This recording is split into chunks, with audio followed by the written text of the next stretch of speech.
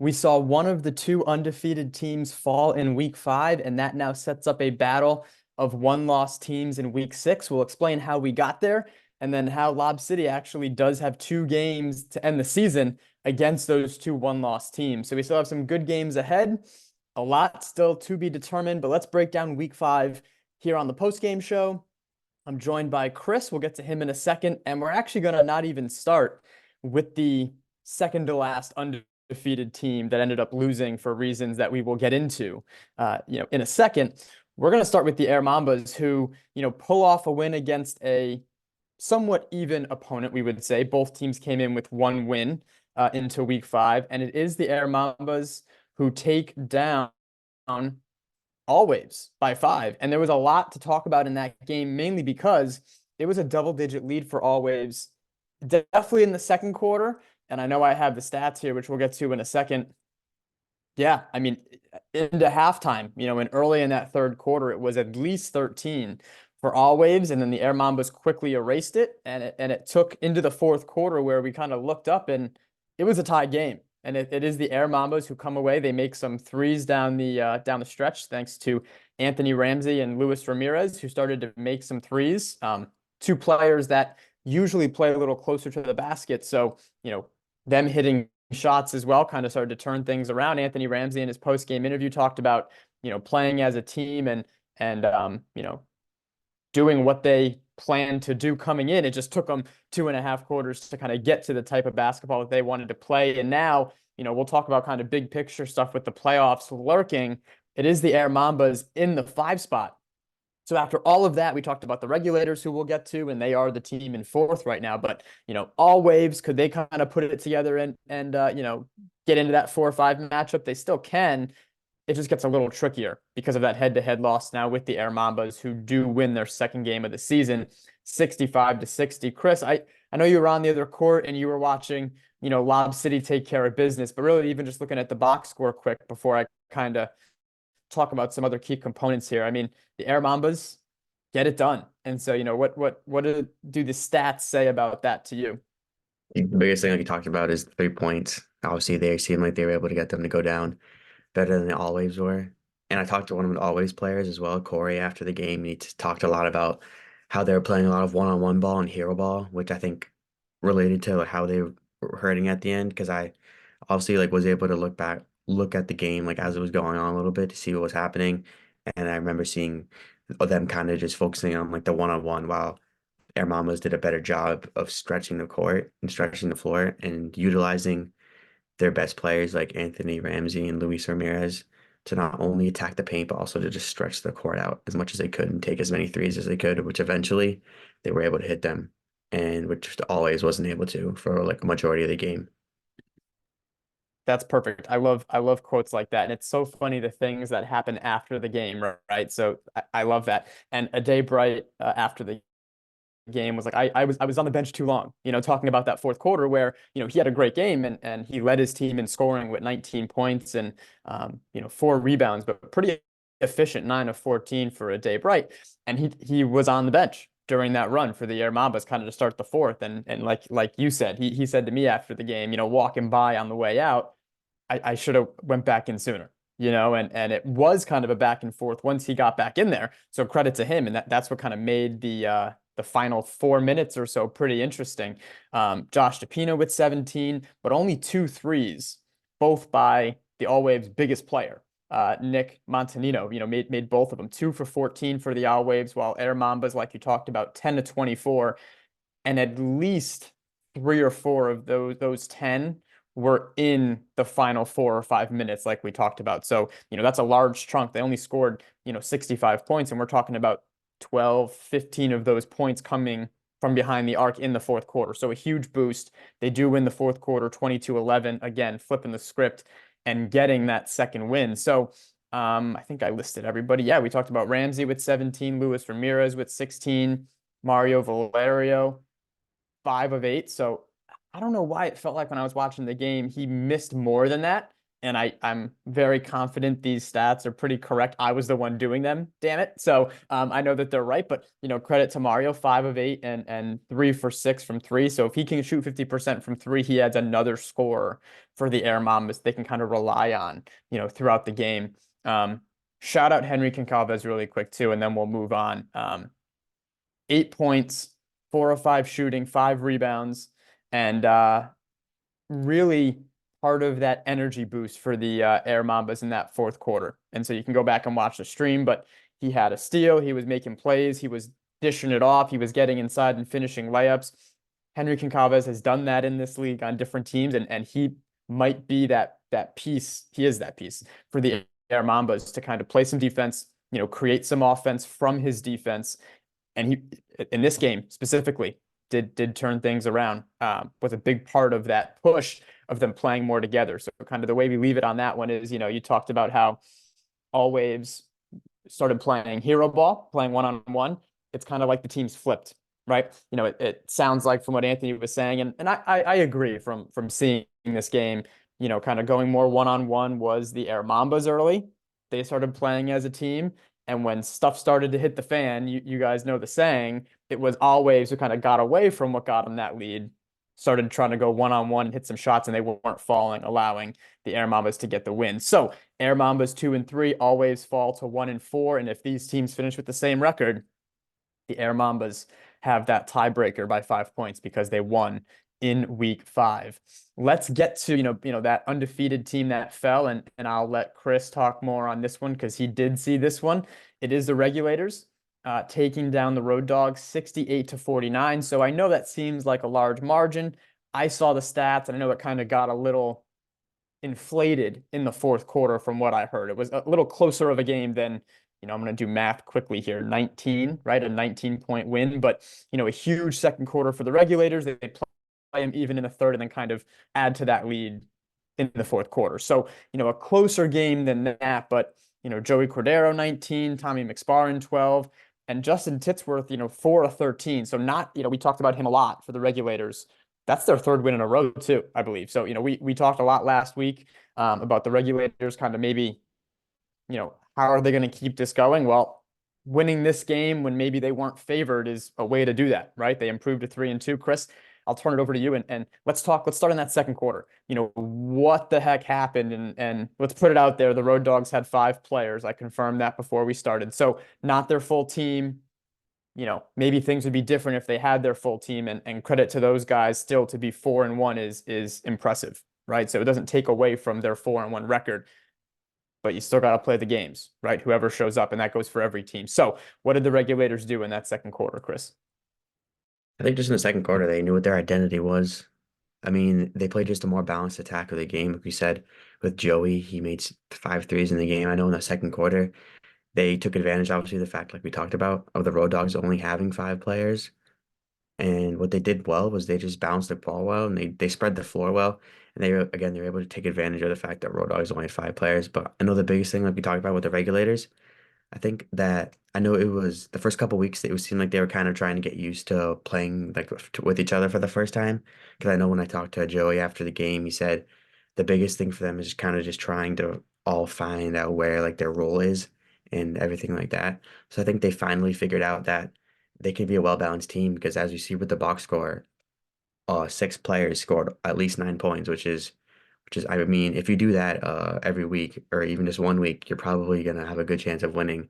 So I think the biggest thing was that even though Justin, who arguably could be their best player, like we talked about before, didn't have his best shooting night, a lot of the other guys were able to step up as well for him, and they were able to take the pressure off Justin as much as they could to be able to propel the team to their third win in a row and to finally kind of be able to cement themselves as one of the better teams in the league. But again, I think the biggest thing was just them figuring out kind of where everybody stood on the team and finally being able to mesh well together in one of their first like big games together with having the whole team. And not to take anything away from the Road Dawgs, I want to get to that, fourth quarter in a second, just kind of, or even anything else you want to add, Chris, because this is a big game. The Regulators won this game, right? Even though the Road Dawgs had 5 players, that was the hand that was dealt. It wasn't like the Regulators, weren't playing. I'm sorry, the Road Dawgs didn't play well. They still played well enough to win. It was the Regulators, like you said, the fifth game, this is really around that time when a lot of teams, and to your point, they will figure out their rotations, they'll figure out who does what.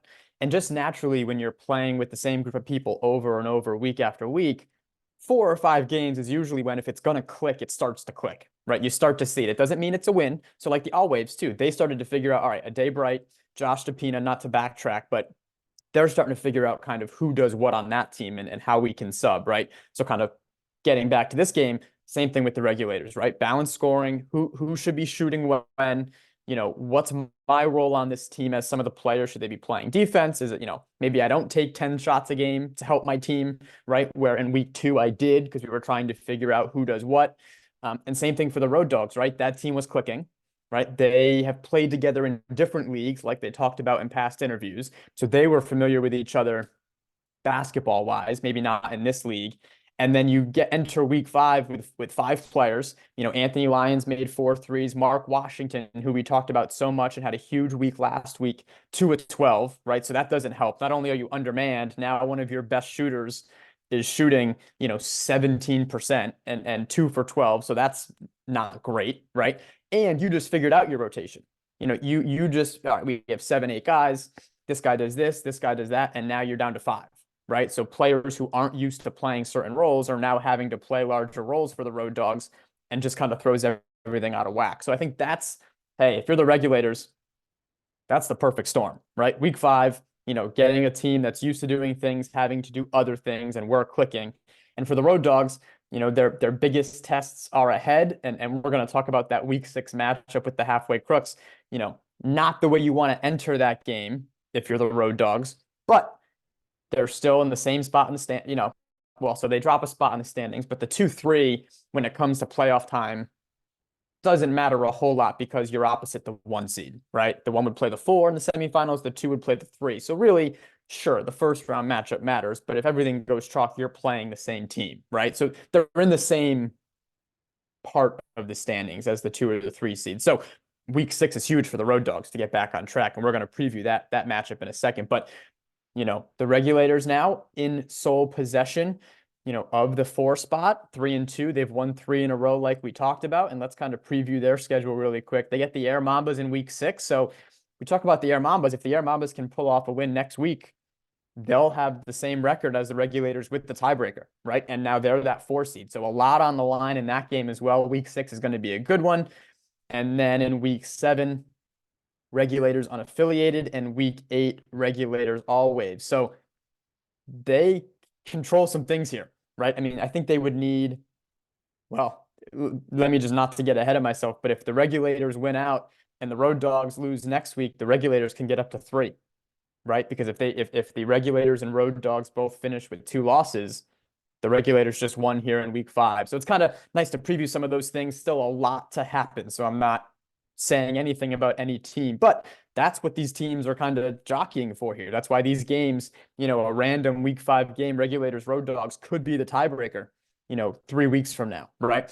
Anything else on this game? I mean, I know I mentioned a lot of the stats. I like to, throw in there Antoine Pittershouse, 10 points. We haven't talked a lot about him. I mean, 62% shooting for the regulators, I think, is huge. And we kind of mentioned, Lions and Washington leading the way for the Road Dogs, but not their most efficient nights. Anything else on these two? I think maybe the last thing to talk about is just the fact that I guess again, just the regulators. I think that they're at their best point of the season this far, and I think the biggest thing is them they know that there's not like one person who's going to score the most points. It could be anybody, any game. I think the biggest thing for them is they're probably one of the most balanced teams, like we already talked about before. But I think the Road Dogs, even though they did lose, I think they have a lot to look forward to, because obviously, like we said, they still had a couple guys who played really well, like we talked about with Anthony and Mark. So even though they didn't win, they should keep their chins up. And I know with the big game next week with the halfway Crooks, like we talked about, they still have some bright spots they can still continue to work on in order with that matchup. Yeah, and the Road Dogs will play Lob City in week 8. So 2 big games still ahead for that team. And just to touch on the power rankings, they it was me answering them, about why they were in 3rd still, even though they were 2nd in the standings. And not that this proves that point, but it sets up week 6, right? It sets up a leave it on the floor type matchup in week 6. So we will see. That's the fun stuff when new teams come in and well, the halfway crooks have a lot of new players. Lob City has a lot of new players. So when those teams get tested is when things get interesting. And let's get to Lob City next. They take down the Gym Rats 109-52. I believe we talked a lot about the Gym Rats, how, they were sliding a little bit, and then here comes Lob City, right? So kind of as expected, a big win for Lob City. You were more closely watching this game than I was, but a 35-11 first quarter, and from there, I think smooth sailing. I mean, the Gym Rats were able to win the second quarter, so we can kind of touch on maybe what happened there a little bit. But a lot of times in games like this, Lob City will build the lead and then kind of coast a little bit and have some fun before really putting the team away, which is kind of what the stats in this one show. But Joe Secator with 30. I mean, 5 players for them over 10 points. George Carley with 16, Cody Crawford with 24, Colin Burns with 26, and Nuri Mahmood with 10. So, balanced attack from them, and 6 of 29 from 3 for the Gym Rats isn't going to do it when you're undersized is the least, we can say. A lot of teams are undersized compared to Lob City, but I think you felt that with the Gym Rats, Chris, in this one. Yeah, for sure. Just from the beginning, we could tell that the game was going to be a fast-paced game, back and forth, transition D, and obviously that's the type of game that favors Lob City, and like we've seen before. Last week, after talking to Cody after the game, he talked about having to have like a back and forth game defensively with the halfway crooks that we saw go down to the wire, and he talked about having to get used to that, and also kind of just the same thing that we talked about with most of the other teams, kind of trying to figure out where everybody is, because as we talked about with Lob City, they have a lot of guys who score a lot of points. So Cody talked a lot about having to have almost some of these guys have to kind of take like a lesser role in the team, because obviously everybody can't score 20 points every night. But I think the biggest thing was just in the beginning, they were obviously able to establish the pace of the game and establish their dominance with their size, with guys like Joe Segator. Obviously, he seemed like almost after every single miss that the Gym Rats had, the guys on Lob City were just getting down the floor with no trouble. And then the Gym Rats, obviously being the more undersized team, they had to shoot the 3 a lot more, which you can't blame them for that. But once those 3s weren't hitting as much in the third quarter, it didn't really seem like there was going to be a lot of hope for them. But I think again, the biggest thing with Lob City was just the fact that from the beginning, once they established that big of a lead, they can kind of coast, but they were still going strong at the end with it. And the biggest thing with them is just trying to kind of continue to establish that rather than let up. But at the same time, when you only have to take 10 threes a game and only have to make threes a game, it's probably not going to be that hard to establish what you're trying to get. Right. And I mean, 6 of 10 from 3 for Lob City. I want to get back to them in a second. Brandon Whitman with 14, Thane Denton with 12, Thomas DeAndrea with 9, and 4 of 14 from him. He's one of their bigger players. So that kind of sums up the matchup, right? Lob City's able to kind of guard him with a variety of players, take away that kind of option for the Gym Rats. And from there, long shots lead to long rebounds, right?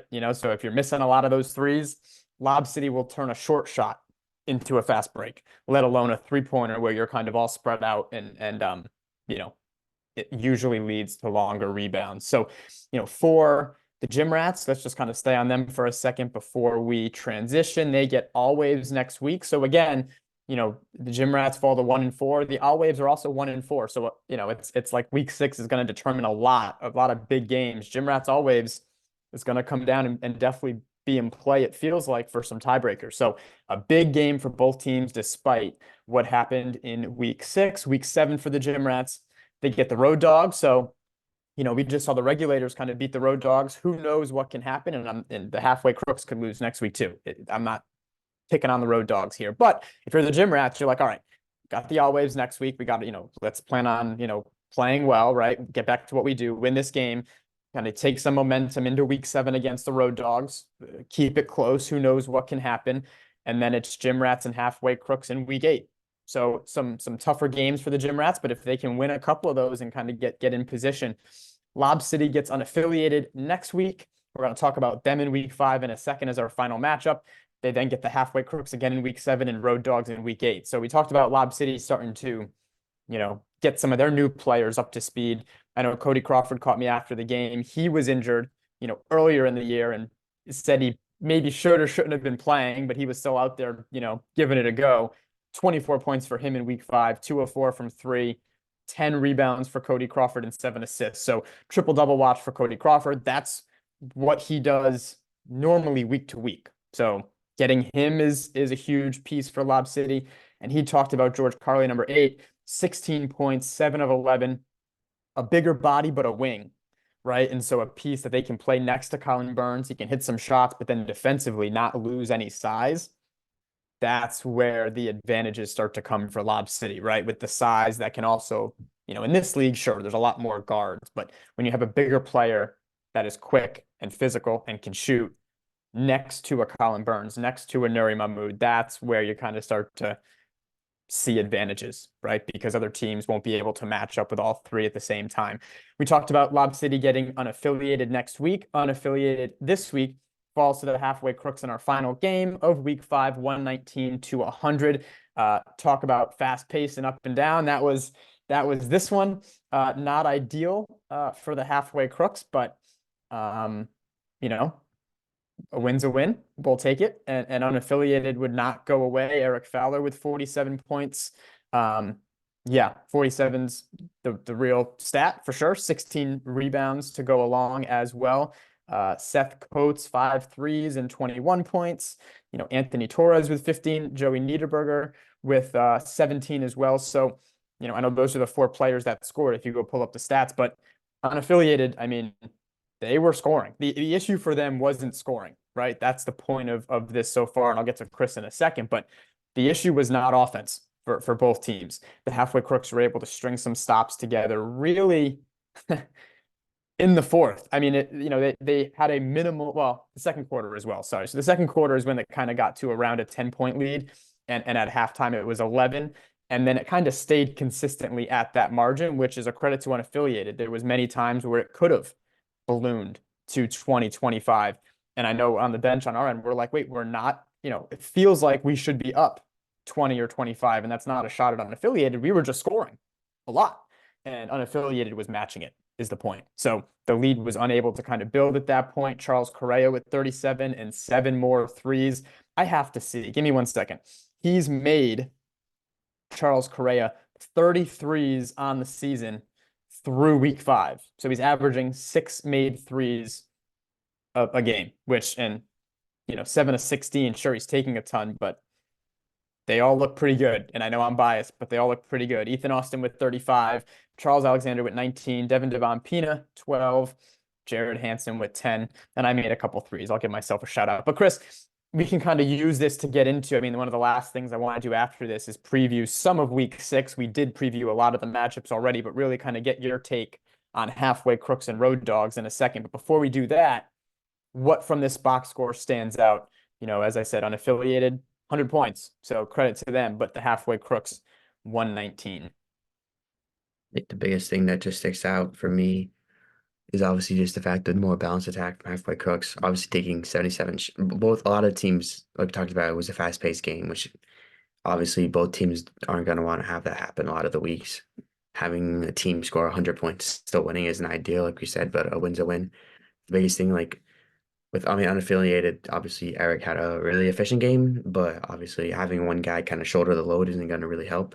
But obviously when he's one of the better players, probably on the team, if not in the league, I've seen a lot of their games so far, and even though they haven't got a win yet, they still obviously are trying each game in and out as they should be and as they are. I think the biggest thing is that they just know that Eric's obviously going to be the guy who's going to score the most amount of points for them. I think the biggest thing, like we talked about with some of the other teams, is maybe just the fact that they don't maybe have as much size as maybe some of their teams do. So maybe obviously that's a disadvantage. You can't really make up for size like that easily. With the defense, obviously letting up 119 points isn't going to be the easiest thing to overcome. But the fact that obviously they just kept hanging in there was the biggest thing that I saw from them. And then with the halfway Crooks, obviously they have one of the more dominant players with Charles. They have Ethan, and then they have Charles Alexander as well. So I think they match up really well with the Road Dogs, and that's going to be a good game to see. And hopefully the Road Dogs will be at full strength, and we're going to be able to see those two teams play at their best because as we talked about with the halfway crooks as well, they were the first couple of games they weren't at full strength either without Charles Alexander, the MVP from last season of summer 2023. So I think the biggest thing is just hopefully those two teams will be at full strength. They're gonna have their best players, and it's gonna be a really good game because I think those two teams match up really well with each other, size wise as well as just like athleticism wise. I'm gonna make you make a pick. So just get ready. I'll buy you some time. But before we move on from unaffiliated, Eric Fowler, for sure, one of the better players in the league, uses his size, very talented and skilled, and made a three-pointer, right? So if he's gonna add that, that's a tough cover. And you mentioned it. I checked the standings and they're 0-5 and they don't feel like an 0-5 team. So just to kind of give them another second, they get Lob City in week 6, so no favors there. They get Regulators in week 7 and the Air Mambas in week 8. So still some noise to be made by unaffiliated. As we turn to the halfway crooks, I wanted to pull up some team stats here. So let me see if I can sort these really quick. So it's funny, the halfway crooks have scored the most points in the league so far, and the Road Dogs are middle of the pack. And that's kind of what I want to preview. I think the matchup there is very even. And I think, see, even shooting wise, though, I think the Road Dogs can hang in there. And the Road Dogs are third with 40 made threes, and the halfway crooks are tied for first with the Air Mambas with 47 made threes. So even the 3-point shooting should both be there. I mean, attempts, Regulators have, the Road Dogs have attempted, math, 16 less threes than the halfway crooks and have made, 7 less. So I know that doesn't mean too much, but both teams are taking a ton and even rebounding. I'm just sorting here on the website quickly. The halfway crooks are last in the league in rebounds, and the Road Dogs are second or third to last. So for what it's worth, both teams are definitely near each other in a lot of these stat categories. Blocks, the Road Dogs have the advantage. Steals is Lob City and the halfway crooks, and the Road Dogs are not even really close to the top in steals. So I guess that can kind of be a key is, can the Road Dogs take care of the ball? Are the halfway crooks going to be able to get turnovers and kind of get the pace going, which is what they would prefer to do? Field goal attempts, the halfway crooks lead, and the Road Dogs are dead last in field goal attempts. So I think that's going to be the key, right? I think the athleticism's there. I totally agree. And we're going to have Chris make a pick in a second. Both teams come in to week 6, 4-1. The halfway crooks and the Road Dogs, as we preview that matchup coming up on Tuesday night. It looks like from the stats, and I haven't seen too many of the Road Dogs games, so you can kind of include this in your pick, Chris, and then we'll get out of here. Feels like a faster pace favors the halfway crooks. And the Road Dogs will have to find a way to be efficient. I mean, that goes for any team, right? You want to make a good amount of your shots and get good shots, but do it in the half court. And I think a lot of that is going to all be tied together because if you're making shots, it's a lot harder for the other team to get out and run if you're making shots, right? It's some teams can do it where you can pull the ball out of the basket and still get a fast break, and that happens, but it's a lot easier on those long rebounds like we talked about, right? Or really any rebound when the ball is still in play, a lot easier to turn that into a transition opportunity. So, I think it starts with making shots and then the rebounds are kind of all tied to that as well. So what's your opinion on that? Like, what's your key to the game? Forget a player, really, because we talked about a lot of the players, and we hope the Road Dogs are all there, and they're a different team with their full team, all of that, and it should be a good matchup.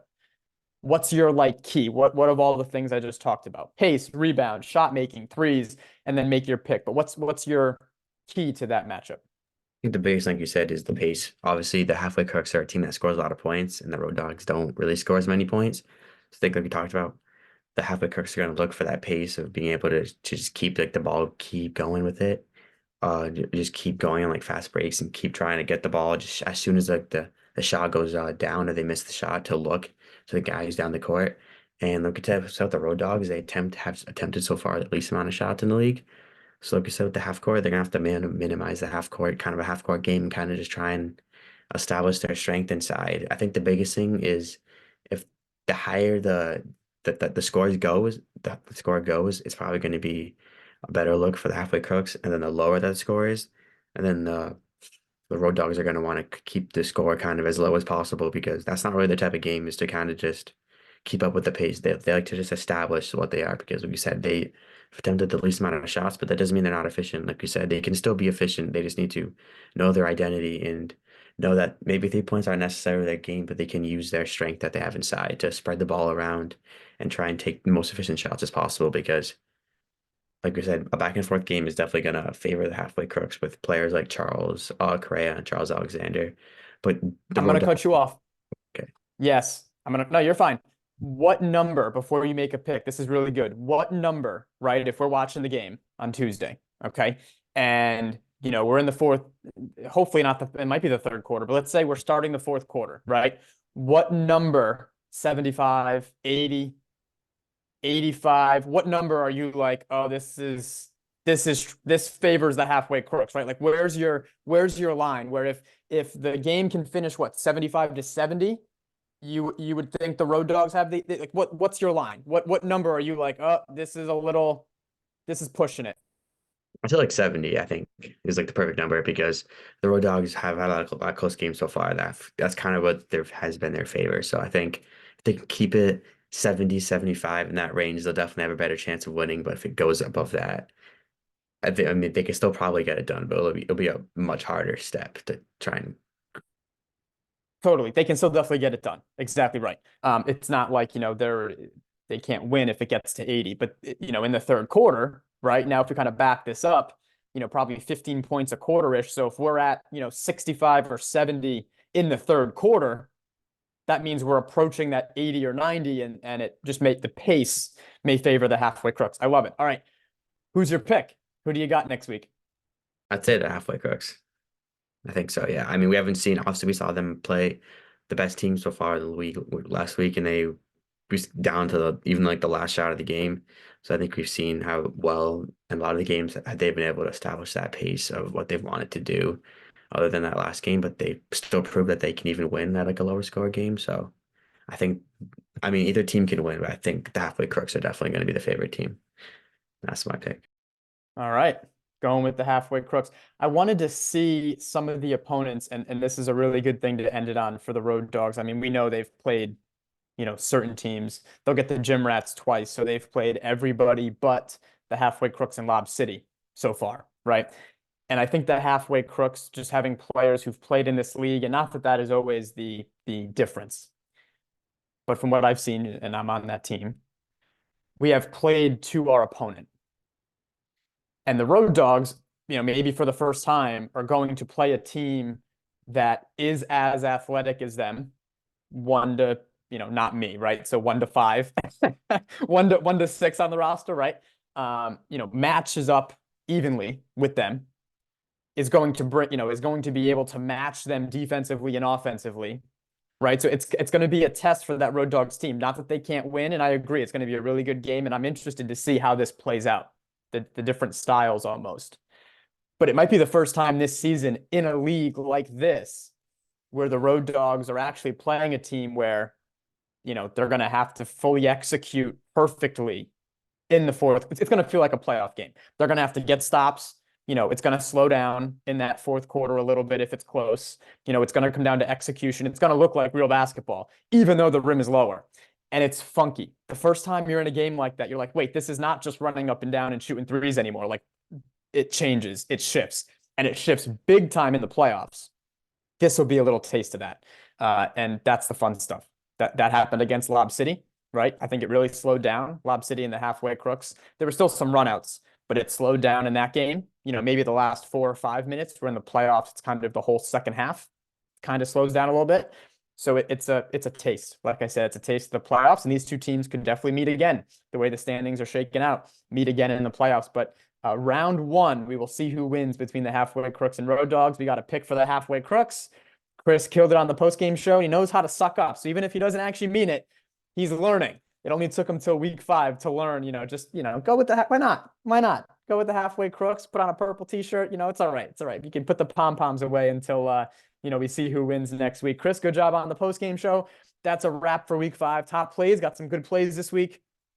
And then week 6, like we talked about, I promise I'll be quiet in a second, but we talked about, halfway and Road Dogs, Air Mambas, Regulators, Gym Rats, All Waves.